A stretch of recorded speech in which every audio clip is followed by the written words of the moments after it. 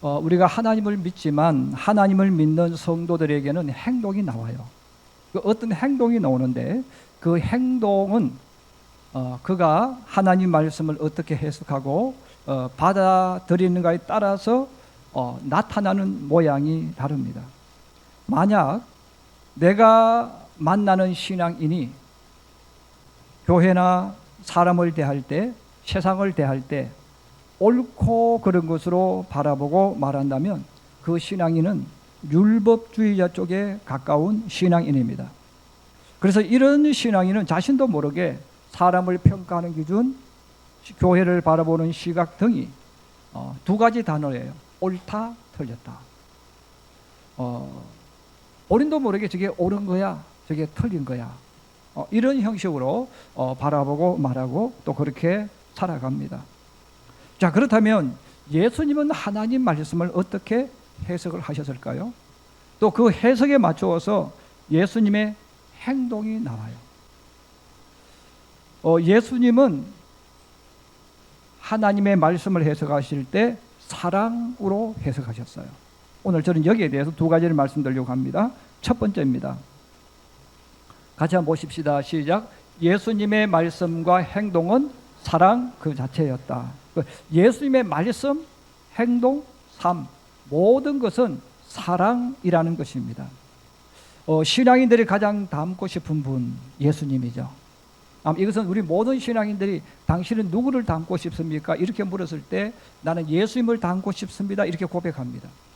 그 중에서도 가장 예수를 닮고 싶었고 또 그렇게 살기를 원했고 또 그렇게 살아가려고 노력했던 인물 사도 바울입니다. 그 사도 바울이 고린도전서 11장 1절에 그렇게 고백했어요. 내가 그리스도를 본받는 자 된 것 같이 너희는 나를 본받는 자가 되라. 그 사도 바울은 예수님을 닮으려고 본받을 무진장 노력한 거예요. 여러분, 바울은 율법주의자입니다. 어렸을 때부터 주님을 만나기 이전까지 법을 지키려고 했던 사람이고 법의 기준으로 옳다 그러다 이 판단하면서 살아왔던 인물이에요. 근데 그가 부활하신 주님을 만난 이후에 바뀐 거죠. 내가 그리스도를 본받는 자 된 것 같이 너희는 나를 본받는 자가 되라 이렇게 고백했고 그렇게 살았습니다. 자, 그러므로 우리가 예수님을 올바로 이해하는 방법은 바로 사랑이라는 단어입니다. 예수님 당시에 일반 백성들은 돈이 없었어요. 권력도 없었어요. 병원도 없었어요. 공부할 기회도 없었죠. 배울 기회도 없었고 치료받을 기회도 미래를 준비할 기회도 없습니다. 그러므로 그들에게 있어서 뭐 미래를 준비한다, 공부한다 이런 것은요 일어날 수 없는 일이고 꿈을 꿀 수가 없습니다. 그래서 이 당시 사람들에게 유일한 꿈, 유일한 소망은 예수님이 어디 계신가 하는 거예요. 예수님이 어디에 계시다고 하면 사람들이 구름대처럼 몰려갔습니다. 예수님이 베세다 혹은 가브나움에 있다 이렇게 말하시면 거기로 사람들이 새벽부터 일어나서 그곳으로 오는 거예요. 여러분, 왜 그들이 예수님을 찾아왔겠어요? 그들이 예수님을 찾아온 이유는 예수님을 만나면 기회가 있는 거예요. 예수님을 찾아오면 인생의 전환점이 될 수 있는 어떤 것들이 항상 찾아왔습니다. 어떤 사람은 귀신이 들려서 예수님을 만났어요. 예수님 당시에 가장 저주받은 사람, 다 가난했어요. 다 어려웠어요. 그런데 그런 가운데 특별히 저주받았다고 느끼는 사람들 부류가 있는데 그 중에 하나가 귀신 들린 거예요. 여러분, 귀신 들린 사람은 지금은 뭐 정신병 이런 단어를 쓰지만 여러분, 귀신 들린 사람 어떻게 제어할 수 있겠어요? 온전한 정신도 아니죠. 그럼 사람들이 이 사람은 귀신 들린 사람이야, 우리가 보호해 줘야지. 지금이야 그런 게 있을지 몰라도 그때는 그런 게 없는 거죠. 집안 망신시키는 놈. 그리고 가까이 하면 나도 수준이 떨어지기 때문에 그들은 사람 취급하지 않았어요. 그래서 그들은 무덤이나 동굴 같은 곳에 살았습니다. 또 한 부류의 사람들이 누굽니까? 나병 환자들, 문둥병자들입니다. 그래서 문둥병자들은 신의 저주를 받은 사람들. 그렇게 말해서 사람들이 길을 지나갈 때에 문둥병자는 반드시 나는 문둥병자입니다. 신호를 보내야 됩니다. 그래서 부정하다 소리치면 사람들이 저 사람은 문둥병자구나. 그렇게 여겼죠. 그리고 같이 길을 못 지나갑니다. 한쪽 옆으로 비켜서서 사람들이 지나가도록 기다렸다가 갔습니다. 자, 사람들은 문둥병 환자를 만나면 지금은 우리가 그런 단어가 많이 사라졌지만 여러분 옛날에는 그런 단어 많이 썼잖아요. 재수 없다, 재수 온 붙었다, 이런 단어를 많이 썼어요. 이런 문둥병자가 지나가면 그 사람을 만나는 사람들이 어떤 말을 했겠어요? 그런 단어를 썼다는 거예요. 그 사람들을 기분 나쁘게 하고 또 사람들로 하여금 부정하게 만드는 그런 존재, 이 세상에 존재하면 안 되는 그런 사람들이죠. 여러분, 그런데 그런 사람들을 만났을 때 예수님은 안아주시고 고쳐주신 거예요. 특별히 혈루증 앓는 여인이 재산을 다 탕진하고 예수님 옷자락을 만졌어요. 이런 병에 걸려 있는 사람이 일반인의 옷을 잡으면 이거는 용서할 수 없는 거죠. 아마 바리새인들에게 그런 일이 일어났다면 거기서 모든 사람이 보는 가운데서 나는 깨끗한 사람, 정결한 사람이 보이기 위해서 그 여인을 모독했을 거예요. 그런데 예수님은 그 여인을 모독하지 않았어요. 오히려 그 여인의 죄를 용서해 주었습니다. 베세다 들판에서 하나님 말씀을 전할 때 남자만 5천 명이 넘었습니다. 그들은 밥을 먹지 못하는 사람들입니다. 또 밥 사 먹을 돈도 없습니다. 예수님께서 제자들에게 너희가 주라고 말했을 때 제자들은 벌써 머리가 계산이 되어졌어요. 1인당 얼마? 그러면 이 많은 사람을 먹이려면 100데나리온, 지금으로 말하면 남자의 1년 연봉입니다. 이 사람들을 먹이려면 남자들의 1년 연봉이 있어야 되는 거예요. 그러므로 그들의 머릿속에서 입에서는 대답이 뭡니까? 불가능합니다. 이게 불가능하다는 말은 뭡니까? 그들을 굶겨서 보내야 된다는 거예요. 근데 예수님은 어린아이가 가져온 물고기 2마리와 보리떡 2개로 축사하시고 그들 모두에게 나누어 주셨어요. 여러분, 우리가 예수님이 이렇게 사람들을 만나고 치료해 주시고 하는 모든 과정을 그냥 우리는 모르기 때문에 예수님 그렇게 하셨을 것이다 이렇게 말하지만 예수님은 쉴 틈이 없었습니다. 여러분, 우리가 8월달 7월달 한번 대낮에 한번 걸어보세요. 얼마나 힘듭니까? 지금은 포장도로지만 여러분 옛날에 비포장도로잖아요. 먼지가 날리고 하는 그런 거리예요. 그런 그 길을 예수님이 늘 걸어 다니신 거예요. 그리고 환자들 만나면 치료해 주셨죠. 또 제자들에게 시간 나면 하나님의 말씀을 가르치셨어요. 돈도 받지 않고 다 하신 거예요. 여러분, 사람 만나서 일하고 그들과 이야기하고 하는 이 여정이 얼마나 힘들고 어려운지 몰라요. 몸도 피곤하고 힘들 수 있습니다. 자, 그런데 성경을 보시면 예수님은 한 번도 짜증을 내거나 생색을 내지 않았어요. 또 사람들 앞에서 자랑도 하지 않고 업적도 내세우지 않았습니다.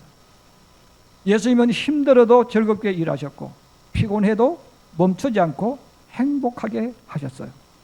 알아준 사람 없습니다. 때로는 시기 질투해서 모함하거나 질투하는 사람들도 많았습니다. 그럼에도 예수님은 그 모든 것을 기쁨으로 했어요. 즐거움으로 했어요. 여러분, 예수님이 이렇게 힘들지만 어렵지만 포기하지 않고 기쁘게 즐겁게 그 일을 할 수 있었던 이유가 무엇일까요? 성경은 이렇게 우리에게 알려줍니다. 마가복음 6장 34절입니다. 우리 한번 같이 보십시다. 시작. 예수께서 나오사 큰 무리를 보시고 그 목자 없는 양 같음으로 인하여 불쌍히 여기사 이에 여러 가지로 가르치시더라. 아멘. 여러분, 불쌍히 여긴다는 말은 사랑하는 마음으로 상대방을 바라보는 거예요. 상대방을 사랑해서 상대방을 바라보는 마음, 바로 불쌍히 여긴다는 거죠. 예수님은 귀신 들린 자를 불쌍히 여기셨습니다. 예수님은 각색 병에 걸린 자를 불쌍히 여겼어요. 저녁을 먹지 못하고 굶게 된 사람들을 불쌍히 여긴 거죠. 이런 내가 불쌍히 여기는 마음으로 상대방을 바라보니까 진심으로 상대방을 이해하는 거예요. 그리고 상대방의 문제를 나의 아픔으로 받아들여서 도와주는 거예요. 여러분, 오늘날 우리 한국교회가 위기라는 이야기 많이 있어요. 가정도 그렇고 교회도 그렇습니다. 그 말의 핵심은 뭐냐면 성도와 성도끼리 불쌍히 여기는 마음이 없다는 거예요. 성도가 성도를 바라볼 때 불쌍히 여겨야 돼요. 사랑의 마음으로 보라는 거예요. 여러분, 부부도 마찬가지죠. 여러분, 저도 가끔 방송을 보고 이렇게 하면요, 우리 사회가 이게 망하는 곳처럼 느껴요. 예. TV를 보면 부부관계도 마찬가지예요. 그래서 남자들은 여자를 공격하고, 여자들은 남자들 밥 안 해주는 걸 대단히 선진국처럼 생각하고 막 그렇게 하는 거예요. 여러분, 아내가 남편을 바라볼 때 불쌍히 여겨야 돼요. 여러분, 아내가 남편에게 밥을 해줄 때요, 불쌍히 여기는 마음으로 봐야지. 저 인간은 오늘도 집에 있구나. 그렇게 보면 안 된다는 거예요. 이런 남편도 똑같은 거예요. 아내를 바라볼 때 불쌍히 여겨야 돼요. 예, 불쌍히 여기는 사랑으로 보라는 거예요. 사랑으로 보면 해주고 싶어서, 기쁨이 있어서 해주는 거예요. 힘들어도 해주고 싶지 않아도 사랑으로 해주는 거예요. 바로 예수님이 우리들에게 그렇게 하셨다는 거예요. 이것뿐 아니에요. 우리 삶 속에서 가장 많은 충돌이 일어나고 또 가장 많은 갈등이 일어날 수 있는 용서라는 단어입니다. 마태복음 18장 21절에서 35절에 어느 날 시몬 베드로가 예수님께 질문했어요. 주여, 내 형제가 내게 잘못했습니다. 몇 번을 용서해야 됩니까? 우리 한국이나 이스라엘은 비슷합니다. 3번입니다. 근데 베드로가 좀 더 크게 폭을 늘려서 이야기하는 거예요. 3번인데 하나님, 잘못하면 7번까지, 마지막 최후의 선을 7번까지 용서해야 됩니까? 이렇게 이야기했어요. 근데 예수님의 답변이 뭡니까? 베드로야, 7번뿐 아니라 7번을 70번까지 하라. 7번을 70번까지 하라. 490번 하라, 그 뜻이죠. 자, 그러면서 예수님이 베드로가 알아듣지를 못하니까 다시 말씀을 해주셨어요. 결산할 때 어떤 임금에게 10,000달란트 빚진 자를 데려왔다는 거예요. 10,000달란트는 자기 평생 아무리 노력하고 돈을 벌어도 갚을 수 없는 돈을 말해요. 1달란트는 금이나 은 25kg 정도입니다. 그럼 여러분 한번 계산해 보세요. 수억이에요. 근데 그게 10,000개예요. 그럼 여러분 얼마나 많은 빚을 졌는지 몰라. 그 빚 때문에 죽어야 됩니다. 그래서 주인이 빚진 자에게 말해요. 너의 몸을 팔아서 갚고 너의 아내와 자식들 다 팔아라. 그리고 너가 가지고 있는 모든 소유를 다 팔아서 빚을 갚아라. 근데 빚을 진 사람이 울면서 엎드려서 애원합니다. 조금만 참아주세요. 그럼 제가 갚겠습니다. 근데 갚지 못하는 알잖아요. 그래서 주인이 그 종을 불쌍히 여겨서 놓아 보내주면서, 그리고 빚을 탕감해 주었어요. 자, 그 빚을 탕감받은 종은 기분 좋게 나갔습니다. 나가다가 자기에게 100데나리온 빚진 한 동료를 만났어요. 여러분, 나는 상상할 수 없는 탕감을 받았는데 자기 친구는 자기에게 100데나리온. 이 100데나리온은 당시 로마 군인들이 받는 6개월 월급, 봉급 혹은 1년 봉급입니다. 내가 수백억을, 수천억을 탕감받았어.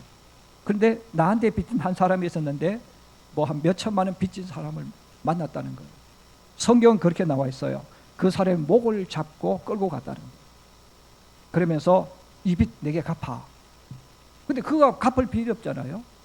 이 나쁜 놈, 너 내 빚 안 갚어? 내가 너 감옥에 집어넣을 거야. 그리고 진짜 감옥에 집어넣어 버렸어. 동료들이 그걸 본 거예요. 그것을 보고 주인에게 찾아가서 이야기합니다. 주인이 10,000달란트 빚진 것을 용서해준 그 사람이 자기에게 100데나리온 빚진 자를 만나서 용서해주지 않고 감옥에 집어넣었습니다. 주인이 화가 났어요. 그리고 그 종을 불러서 이렇게 말했어요. 마태복음 18장 32절에서 35절입니다. 우리 같이 한번 봅니다. 시작. 악한 종아, 내가 빌기에 내가 내 빚을 전부 탕감하여 주었거늘 내가 너를 불쌍히 여김과 같이 너도 내 동료를 불쌍히 여김이 마땅하지 아니하냐 하고 주인이 노하여 그 빚을 다 갚도록 그를 옥졸에게 넘기니라. 너희가 각각 마음으로부터 형제를 용서하지 아니하면 나의 하늘 아버지께서도 너희에게 이와 같이 하시리라. 아멘. 여러분 그 종을 하나님이 평가하는 거예요. 사람이 평가하는 게 하나님이 평가할 때 뭐라고 말해요? 악한 종이라고 말해요. 이 악한 종아, 내가 너의 그 모든 빚을 다 탕감해 주었고 내가 너를 불쌍히 여겨 주었는데 너는 정말 작은 그 빚 때문에 그를 불쌍히 여기지 않았다는 거죠. 그러면서 그렇게 말했어요. 마음으로부터 용서하지 아니하면, 이런 마음으로부터 용서하지 아니하면, 사실 우리 한국의 여성들이나 남자들이 가장 많이 범하는 죄가 이겁니다. 입으로만 용서했어. 그래 마음으로는 용서하지 않았어요. 여러분 마음으로 용서하지 않았기 때문에 며칠 전에 또 끄집어내는 거예요. 1년 뒤면 또 기분 나쁘면 또 끄집어내는 거예요. 10년이 지나 또 끄집어냅니다. 왜? 마음으로부터 용서를 안 했기 때문에. 여러분 마음에서부터 딱 없어지면 끄집어낼 수가 없어요. 바로 예수님 말씀하는 거예요. 나는 더 큰 죄를 용서해 줬는데 너는 그것 가지고 끄집어내고 입으로는 용서해 줬는데 실제로 마음으로부터 용서가 이루어지지 않았다는 거예요. 베드로가 예수님께 질문한 것은 법적인 질문이에요. 상대방이 잘못했을 때 몇 번까지 용서해 줘야 됩니까? 근데 예수님의 해답은 뭡니까? 7번을 7번까지란 단어는 사랑으로 해석하라는 거예요. 이건 460번을 용서해 주라는 뜻이 아니라 사랑으로 그가 받아주라는 겁니다. 예를 들면 이런 거예요. 부모의 입장에서 여러분 내 자녀가 잘못했을 때 몇 번까지 용서해 줘야 됩니까? 내 자녀가 부모에게 잘못했어요. 몇 번까지 용서해야 할까요? 그러면 또 다르게 질문하면 자녀가 지금까지 부모에게 이런 몇 번 용서받았을까요? 자녀들이 커서 어른이 될 때까지 490번보다 더 많은 용서를 받았을까요? 안 받았을까요? 이를 한번 생각해 보세요. 부모는 한 번, 두 번 따지지 않았어요. 실제로 사람이 태어나서 부모에게 짓는 죄는 490번을 훨씬 넘어갑니다. 근데 부모는 한 번도 그것을 들춰내지 않았어요. 왜? 내 자녀를 사랑으로 대했기 때문에. 그래서 사랑으로 하니까 횟수가 중요한 게 아니에요. 사랑으로 하니까 그를 받아주고 또 기다리고 또 받아주고 기다렸다는 거죠. 바로 예수님께서 세상을 살아가는 우리들에게 이야기하는 거예요. 너는 자꾸 몇 번 따지고 법으로 따진다는 거예요. 근데 하나님이 나를 사랑하실 때는 법으로 따지지 않는다는 거예요. 사랑으로 해주신다는 거예요. 우리 성도들 가운데도 이렇게 말하는 분이 예상외로 많습니다. 목사님, 이번에는 도저히 못 참겠어요. 반드시 복수하겠습니다. 반드시 복수하겠대요. 또 어떤 분은 그렇게 말하는 분도 있어요. 목사님, 저 사람 교회를 다니지만 나쁜 사람입니다. 여러분, 내가 이렇게 평가하고 이렇게 말한다면 그 사람에게 예수님은 무엇이라고 대답을 주시겠습니까? 오늘 본문을 가지고 우리 이야기하면 그렇게 말하겠죠. 나는 1만 달란트 빚진 너를 용서해 주었는데 너는 너에게 조금 손해를 끼치고 기분 나쁘게 한 그 사람의 잘못을 용서해 줄 수 없다면 너는 악한 사람이야. 나도 너의 죄를 용서해 주지 않겠다. 바로 주님의 답은 이거예요. 성도와 성도끼리 관계가 파괴되고 서로 미워하는 것은 바로 사랑이 없기 때문입니다. 사랑의 눈으로 상대방을 보았다면 이런 행동과 모습을 보일 수가 없는 거죠. 만일 상대방의 실수나 허물을 보고 정죄하며 나쁜 사람이라고 욕을 하고 다니거나 용서하지 않고 마음의 미움과 원망을 품고 있다면 예수님도 말씀하는 거예요. 나도 너를 용서하지 않을 거야. 너희가 각각 마음으로부터 형제를 용서하지 아니하면 나의 하늘 아버지께서도 너희에게 이와 같이 하시리라 이렇게 하셨잖아요. 사람이 세상을 살아갈 때 하나님 앞에 죄를 지을 수도 있고 큰 실수할 수 있습니다. 사람과 사람 사이도 마찬가지예요. 세상 살다 보면 죄를 지을 수 있고 실수할 수 있고 잘못을 할 수 있어요. 자, 그랬을 때 우리 주님은 어떻게 하셨습니까? 요한복음 13장 1절에 말씀합니다. 우리 같이 한번 읽겠습니다. 시작. 유월절 전에 예수께서 자기가 세상을 떠나 아버지께로 돌아가실 때가 이른 줄 아시고 세상에 있는 끝까지 사랑하시니라. 아멘. 여러분, 주님은 끝까지 사랑하셨어요.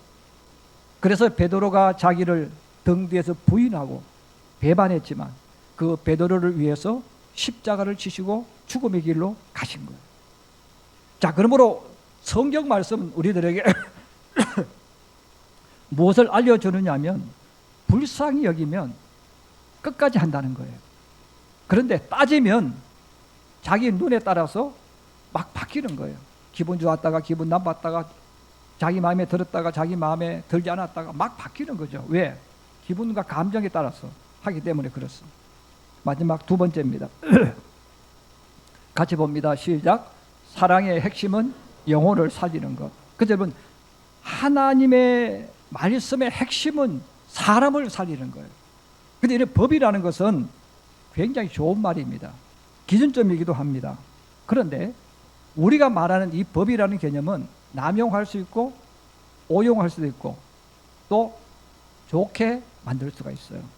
여러분, 집을 짓기 위해서 설계를 하고 허락을 받기 위해서 관공서를 찾아갔을 때 담당 공무원들이 법을 해석하고 답을 내려줍니다. 근데 그들은 법대로라고 이야기하고 조문대로로 이야기합니다. 자, 그런데 실상은 자기를 지키고 보호하는 선에서의 법을 하는 거예요. 곧 자신이 책임지지 않을 법의 기준, 자신에게 손해가 오지 않을 법 위에서 선택하는 거죠. 해줘도 아무 문제 없어. 그런데 안 해주는 거죠. 그래서 자기의 권위를 지키고 어떤 그런 것들이에요. 자, 그러므로 우리가 세상에서 말하는 법이라는 것은 일단 법이라고 딱 되는 그 순간부터는 사람을 살게 하고 죽게 하는 거 아무 상관없어요.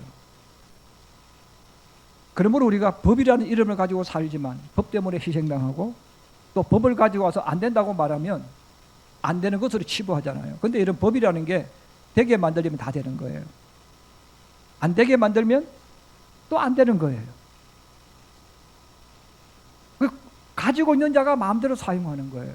근데 여러분, 예수님의 법은 다르다는 거죠. 예수님의 법은 사람을 살리기 위한 법 적용입니다. 그러므로 예수님께서 하시는 이 사랑의 법은 영혼을 살리고 사람을 살리는 거예요. 하나님의 형상을 닮은 사람의 존엄성을 되찾는 것이 바로 사랑의 법의 해석입니다. 우리 10계명 가운데 5계명부터 10계명 우리가 많이 외우고 암송을 해요. 내 부모를 공경하라, 살인하지 말라, 간음하지 말라, 도둑질하지 말라, 내 이웃에 대하여 거짓 증거하지 말라, 내 이웃의 집을 탐내지 말라. 자, 유대인들은 이 말씀을 들을 때 어떻게 생각하냐면, 선생님, 우리 다 지키고 있습니다. 저는 이 율법대로 살고 있습니다. 그렇게 말을 해요. 아마 오늘을 예배드린 저도 여러분에게도 이 5계명부터 10계명을 가지고 당신 이 법을 지키고 있습니까? 이렇게 말하면 다들 나는 지키고 있다고 생각할 거예요. 나는 하나님 잘 지키고 있는 사람, 나는 문제가 없는 사람이라고 생각할 거예요.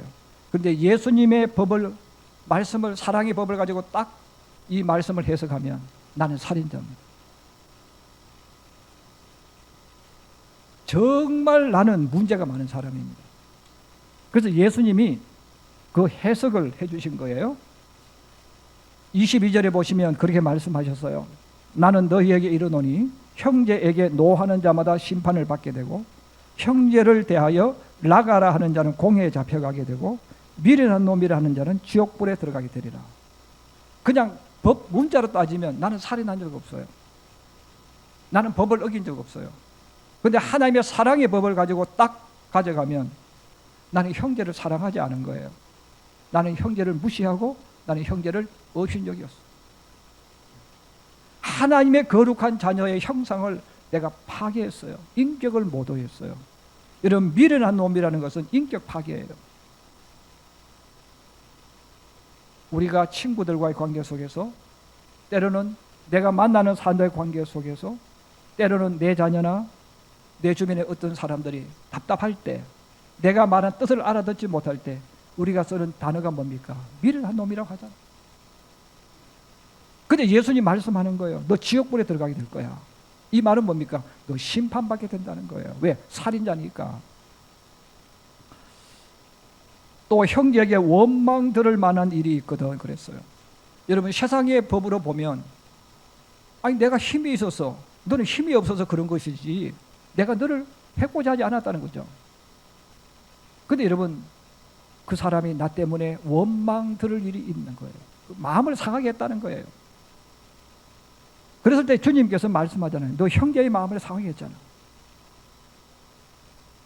자, 그러므로 예수님께서 유대인들에게 이 법을 이야기해 주시면서 유대인들에게 너희는 법을 지키려고 노력했기 때문에 결국은 그 법을 가지고 사람을 죽이는 일이 있었다는 거예요. 그리고 너희는 그 법을 가지고 살면서 진짜 소중한 하나님의 원래 뜻, 법의 정신을 잊어버렸다는 거죠. 여러분, 하나님 십계명의 핵심은 사랑입니다. 그 사랑은 뭡니까? 하나님을 영원하게 하고 내가 만나는 사람들을 복되게 하는 거예요. 이게 사랑이란 말이에요. 그런데 우리도 모르게 변질되어 버린 거예요. 이 하나님의 말씀을 가지고 너 틀렸다, 너 옳다. 성경은 우리에게 말하잖아요. 이 세상에는 다 죄인이라고 이야기했어요. 여러분, 누가 옳고 누가 그릅니까? 여러분, 100번 잘못한 사람이나 10번 잘못한 사람, 다른 게 뭐가 있어요? 다 잘못한 사람이잖아요. 살인자가 누굽니까? 하나님의 자녀의 존엄성과 인격을 파괴하는 사람이 누구입니까? 그리고 우리 한국인이 가지고 있는 장점이면서 단점이 있는데 그게 뭐냐면 우리 한국 사람 너무 앞서가지고 상대방이 도와달라고 하지 않는데 도와주는 거예요. 내가 도와달라고 하지 않는데 자기가 못 견뎌가지고 막 도와주려고 그래요. 여러분, 만약에 제가 부엌에서 칼질을 하고 있어요. 제가 하는 칼질이 어설퍼. 그럼 옆에서 보고 있다 누가 와서 목사님, 칼질 이렇게 하는 겁니다 하고 칼질 가르쳐 준다고 또 가르쳐 줄 수 있는 거예요. 내가 도와달라고 하지 않았는데 자기가 와서 내 칼을 빼앗아 가지고 칼질 못한다고 지적하고, 자기는 지적이라고 생각하지 않잖아요. 내가 도와달라고 하지 않았는데. 그래서 우리도 모르게 지적질하고 상대방을 무시하고 업신여기는. 그래서 예수님께서 마태복음 7장 3절에서 5절에 이렇게 말씀하셨어요. 우리 한번 같이 보겠습니다. 시작. 어찌하여 형제의 눈 속에 있는 티는 보고 내 눈 속에 있는 들보는 깨닫지 못하느냐. 보라, 내 눈 속에 들보가 있는데 어찌하여 형제에게 말하기를 나로 내 눈 속에 있는 티를 빼게 하라 하겠느냐. 외식하는 자여, 먼저 내 눈 속에서 들보를 빼어라. 그 후에야 밝히 보고 형제의 눈 속에서 티를 빼리라. 이것은 우리가 세상 살면서 가장 많이 짓는 삶 속의 죄입니다. 나도 모르게 내 눈에 있는 들보는 보지 못하고 다른 사람의 허물, 약점, 못하는 거 지적질하고 바꾸려고 하고 변화시키려고 하잖아요. 예수님 말씀하잖아요. 너 눈 속엔 들보부터 빼라. 너가 못하는 거 다 완벽하게 만들어. 여러분, 이 세상에서 완벽한 사람 누가 있겠어요? 그러므로 예수님이 제자들에게 마지막 그 말씀을 하셨어요. 너희가 교회에 나와서 예배를 드리고 성경대로 산다고 말하지만 진짜 예수님의 제자가 있고 예수님의 제자가 아닌 사람이 있어. 그럼 진짜 예수 믿는 사람과 진짜 제자가 아닌 사람 차이는 뭘까? 요한복음 13장 34절에서 35절입니다. 우리 같이 보겠습니다. 시작. 새 계명을 너희에게 주노니 내가 너희를 사랑한 것 같이 너희도 서로 사랑하라. 너희가 서로 사랑하면 이로써 모든 사람이 너희가 내 제자인 줄 알리라. 여러분, 예수님 중요한 이야기 하셨어요. 내가 너희를 사랑한 것 같이 너희도 서로 사랑하라. 그럼 예수님은 어떻게 사랑하셨습니까? 허물진 우리, 죄 가운데 있는 우리, 내 몸도 내 죄도 하나 지키지 못하고 다스리는 나를 살리기 위해서 십자가를 지고 죽으러 가신 사랑이에요. 바로 이걸 이야기하는 거예요. 여러분, 부부로 이야기하면 여러분 남편 허물 지적하지 마세요. 여러분 남편 못하는 것도 있고 허물이 있으면요, 내가 그 허물을 대신 짊어지고 죽으러 가는 거예요. 우리 남자들 똑같아요. 뭐 당신 이것도 못하고 저것도 못하고 말하지 마라 이거예요. 아내의 부족한 부분을 내가 짊어지고 죽으러 가는 것이 사랑이라는 거예요. 예수님이 그렇게 하셨어. 여러분, 성도들끼리도 마찬가지예요. 성도들끼리도 서로 허물 덜 주거나 못하는 거 가지고 하지 말라는 거예요. 그 사람 못하면 잘하는 너가 해줘. 그래서 그 사람이 살게 만들어 주라는 거예요. 이게 바로 오늘 예수님께서 내 제자인지 아닌지를 구별하는 법을 알려주셨어요. 내가 너희를 사랑한 것 같이 너희도 서로 사랑하라. 너희가 서로 사랑하면 이로써 모든 사람이 너희가 내 제자인 줄 알리라. 사랑하는 우리 성도 여러분, 주님의 사랑은 공격하는 게 아니고 덜쳐내는 게 아니고 허물진 그 사람, 연약함과 부족함이 있는 그 사람을 살리기 위해서 대신 십자가 지고 죽으러 가는 것, 이것이 사랑입니다. 바로 주님께서 말씀하셔서 이 사랑을 행하는 삶, 이것을 삶으로 만들어내는 사람이 진짜 내 제자다. 그 사람이 진짜 율법을 완성하는 사람이다. 이렇게 말씀하셨습니다. 오늘 주님 주시는 이 말씀을 가슴에 품고 우리의 삶을 열어가고 만들어가는 우리 모든 성도들이 되기를 주의 이름으로 부탁합니다.